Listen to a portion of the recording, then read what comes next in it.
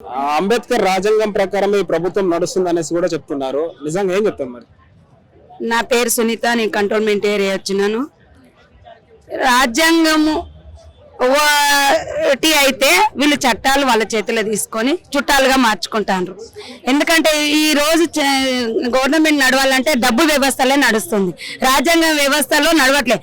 రాజ్యాంగంది బయట పెట్టే వరకే ఇది మాలమాదిగోళ్ళు క్రిస్టియన్ నమ్ముతుండ్రు, వాళ్ళకు ఎస్సీ ఎస్టీ నాది రాజ్యాంగంలో రాసింది పక్కన పెట్టాలని ఆలోచనలు ఉన్నారు. మరి ఆ కాలంలో బ్రిటిష్ పరిపాలనలో దళితులను వెనక వేసి వాళ్ళను అంటరానితనం చేసి ఊరు మధ్య రానియనప్పుడే కదా మాకు ఈ రాజ్యాంగంలో పొందవలసింది మేము సాధించుకుంటున్నాం. అలాంటిది మీకు దళితులకు రిజర్వేషన్ వర్తించదంటే ఎంతవరకు ఇది అన్యాయమే కదా. మీరు రాజ్యాంగం చదివితే కదా మీకు అర్థమయ్యేది. రాజ్యాంగం చదవని సన్యాసులకు ఏం తెలుస్తుంది? వాళ్ళకు ఏం తెలుస్తుంది? చదువుకున్నానికైతే ఇది చెప్తే అరే ఇది కాదు ఇది అని తెలుస్తుంది. ఆ కేంద్ర గవర్నమెంట్ అట్లే ఉంది, ఇప్పుడు పరిపాలించే రాష్ట్ర గవర్నమెంట్ కూడా అట్లే ఉంది. మహిళలకు ఏదో రక్షణ లేకుండా పోతుంది. పట్టభద్రులు కూడా చేయడు, శిక్షలు అమలుంచే వాళ్ళ శిక్షలు పడే చట్టాలు కూడా చేయలేక చేతగాని గవర్నమెంట్ లాగా తయారవుతుంది. అన్న చిన్న ఉదాహరణ, ఇప్పుడు వచ్చినాము 9 గంటలకు వచ్చినాం. చిన్న ఉదాహరణ, మా తలసారి శ్రీనివాస్ యాదవ్ అన్న గత 20 ఏళ్ల నుండి ఆయనతో వర్క్ చేసినాము. ఒక 50 మంది మహిళలు ఉన్నారు, ఒక 4 ఆడోళ్ళు ఉన్నాం. ఇక్కడ ఉన్న మధ్యలో ఉన్న అన్న దగ్గర పోనీ కూడా పోనీయకుండా అడ్డపడుతుండ్రు. ఎక్కడ మహిళలు నిర్వహిస్తుండ్రు? మహిళలకు ఎందుకు గవర్నమెంట్ ఫ్రీ బస్ ఎవడు ఇవ్వమన్నాడు, ఫ్రీ పథకాలు ఎవడు ఇవ్వమన్నాడు? విద్య, వైద్య, గూడు, నీడ ఇవ్వమంటున్నాం. పిహెచ్డీ చదివిన పిల్లలు గడ్డలు మిసాలు తిరిగి పబ్లిక్ గడ్డల్లో తిరుగుతుండ్రు. మేము అలాంటి అన్ని ఇవ్వు, మాకు ఏది అవసరం లేదు. నీకు గూడు, నీడ అన్ని ఇచ్చినాక మాకు ఏం అవసరం ఉంటే దొంగతనాలు, దోపిడీ, మర్డర్లు, మానభంగాలు ఎందుకు జరుగుతాయని అడుగుతున్నాను. సో ఫైనల్ గా బీఆర్ఎస్ నుంచి టీఆర్ఎస్ గా మారబోతుందంట, ఏం చెప్తారు? అదంతా అబద్ధం. ఏదో అంటారు చూడు సామెత, 3 నమ్మకాల మీద 3 నిమ్మకాయలు పెట్టినట్టు ఉన్నది. మా బాబా సాహెబ్ అంబేద్కర్ విగ్రహం కట్టిన మా కేసీఆర్, మాకొక తెలంగాణ రాష్ట్రానికి బాపు కేసీఆర్ అని పిలుచుకుంటాము. దమ్ము ధైర్యం 75 ఏళ్లలో స్వాతంత్రం వచ్చిన తర్వాత ఒక విగ్రహం పెట్టని సన్నాసులు ఇది పంజగుట్టలో విగ్రహం కూలగొడితే ఆ ప్లేస్ లో విగ్రహం పెట్టని చేతగానోళ్ళు ఈ రోజు మాట్లాడే హక్కు ఎక్కడుందని అడుగుతున్నా. ప్రపంచ దేశానికి ఇంత పెద్ద విగ్రహం పెట్టి సాటి చెప్పిన మా కేసీఆర్ అనడము పాపం దాకి పురుగులు పడిపోతారని అడుగుతున్నాను. కేరళ ప్రచారంలో 6 పథకాలు అమలైనాయి అనేసి తెలంగాణలో చెప్తున్నారు. మరి రేవంత్ రెడ్డి ఏం చెప్తారు? పక్కింటోడు పాస్ పండ్లకి పండ్ల పొడి ఇస్తానట, ఈ పక్కోడట ఇటుక పెడుతుంది ఇంకొని ఉన్న పండ్లు కూడా కొట్టుకున్నాడట. ఎవడో కేరళ గవర్నమెంట్ సాధించినట్టుగా అన్ని సమానత్వం ఉంటాయి. అలా మహిళల ముందు ఉంటుంది చదువులల్లా. ఇక్కడ ఉన్న మహిళలకు 10 చదువు వరకనే డ్రగ్స్ గంజాయి ముప్పు ఊగిపోతుంది. 2 ఏళ్ళలో ఏమైతుంది తెలుసా? 8 నుండి డిగ్రీ పిల్లలంతా మత్తు గంజాయిలో ఊగిపోతుంది.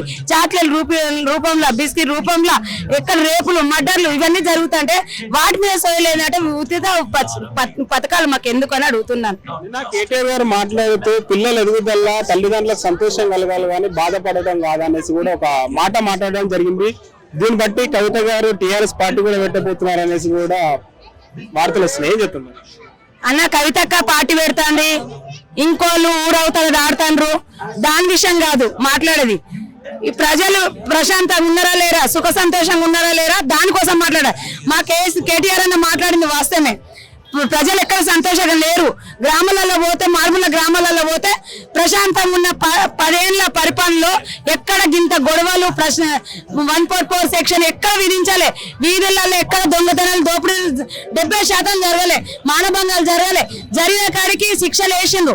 కానీ ఇప్పుడు ఈ గవర్నమెంట్ ఏం చేస్తుందంటే ఒకటి 5 రూపాయలు ఉప్పిచ్చి 100 రూపాయల నూనె ప్యాకెట్ పెంచుతుండ్రు. రేవంత్ రెడ్డి ఫ్యూచర్ సిటీ అయిపోతున్నా, మూసి సుందరీకరణ వల్ల ఒక టూరిస్ట్ ప్లేస్ అవుతుంది అని చెప్తున్నారు. 10 అన్న 70 ఏళ్ళు స్వాతంత్రంలో 35-40 ఏళ్లలో వాళ్ళు ఇల్లు కట్టుకున్నారన్న.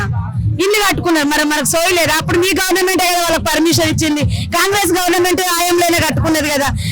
కాంగ్రెస్ గవర్నమెంట్ లో వాళ్ళు ఉన్నారు కదా. ఇప్పుడే దాని మీద మూసి సుందరగా కావాలంటే నువ్వు ఫస్ట్ ఈ ఉన్న గ్రామాలలో అవి సర్దిద్దు. ఇల్లు లేనకి ఇల్లు కేసీఆర్ కట్టిన ఇల్లు అట్లే ఉన్నాయి, ఎందుకు ఇవ్వట్లేదు?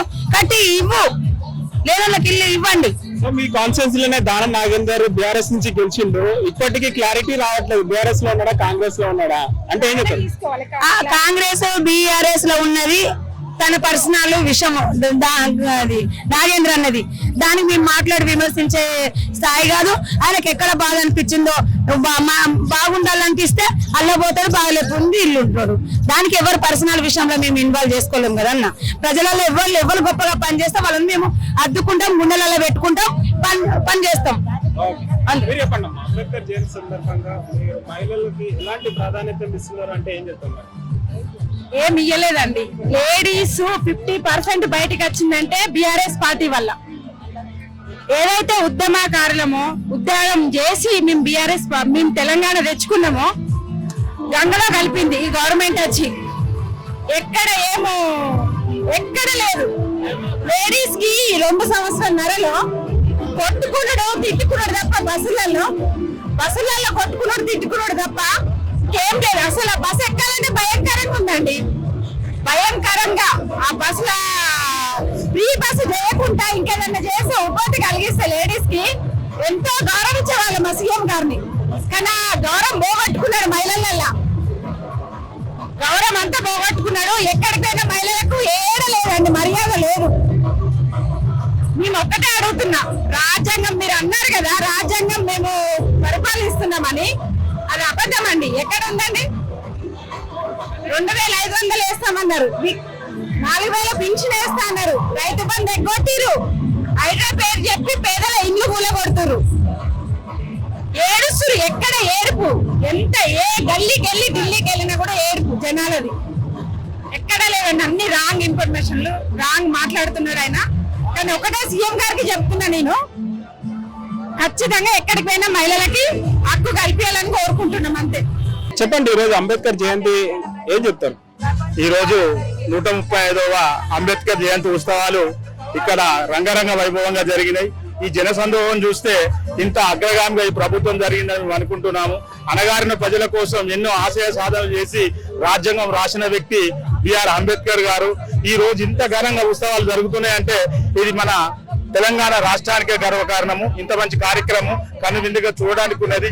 అలాగే మా అయితే ఏమైతే డిమాండ్స్ ఉన్నాయో అన్ని డిమాండ్స్ కానీ అంబేద్కర్ గారు పొందుపరిచిన రాజ్యాంగంలో ఏమైతే పొందుపరిచిన కార్యక్రమాలు పొందుపరిచిన వ్యవస్థ ఉందో అది అందరికీ అందేలా చూడాలని మేము ఈ అంబేద్కర్ క్యాచ్ కదా తెలియజేస్తున్నాం. అంబేద్కర్ రాజ్యాంగం ప్రకారమే ఈ ప్రభుత్వం నడుస్తుంది అని అంటున్నారు. నిజంగా దళితులకు న్యాయం చేస్తున్నారంటే 100% దళితులకు అయితే న్యాయం జరుగుతలేదు. పేరుకే దళితులను కానీ దళితులకు పక్కన పెట్టి అగ్ర రాజ్యాలు అగ్రవర్ణాలకే పెద్ద ప్రాధాన్యత ఇచ్చి పీఠిస్తున్నారని మేము అనుకుంటున్నాము.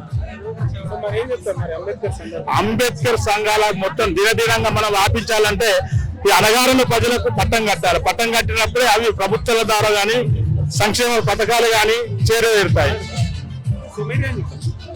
వాస్తవానికి ఇప్పుడు ఆయన రాసినటువంటి రాజ్యాంగం ప్రకారంగా నడిస్తే మీరు అన్నట్లుగా అందరికి ఆ ఫలాలు అందేవి.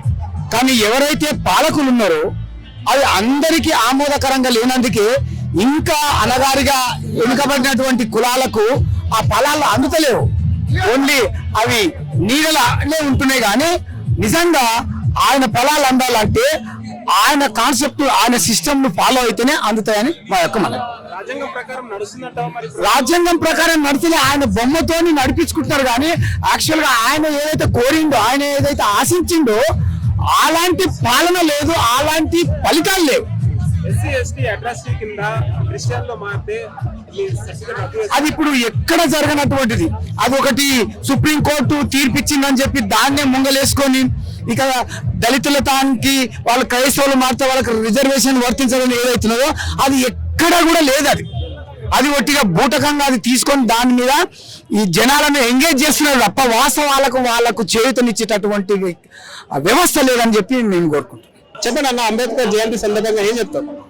అంబేద్కర్ ఆశయ సాధన కోసం బడుగు బలహీన వర్గాలకు అందవలసిన ఫలాలు ఇంకా సంపూర్ణంగా అందాలనే దాని మీద గత ప్రభుత్వం కేసీఆర్ గారు 176 అడుగుల స్కాచ్ పెట్టి ఆయన ఆశయాన్ని కొనసాగించే విధంగా ఇక్కడ సచివాలయం తెలంగాణ సచివాలయానికి కూడా బిఆర్ అంబేద్కర్ పేరు పెట్టడం జరిగింది. ఎందుకంటే ప్రపంచ మేధావైన అంబేద్కర్ ని స్మరించుకుంటేందుకు తెలంగాణ రాష్ట్రంలో గత ప్రభుత్వం ముందున్నది.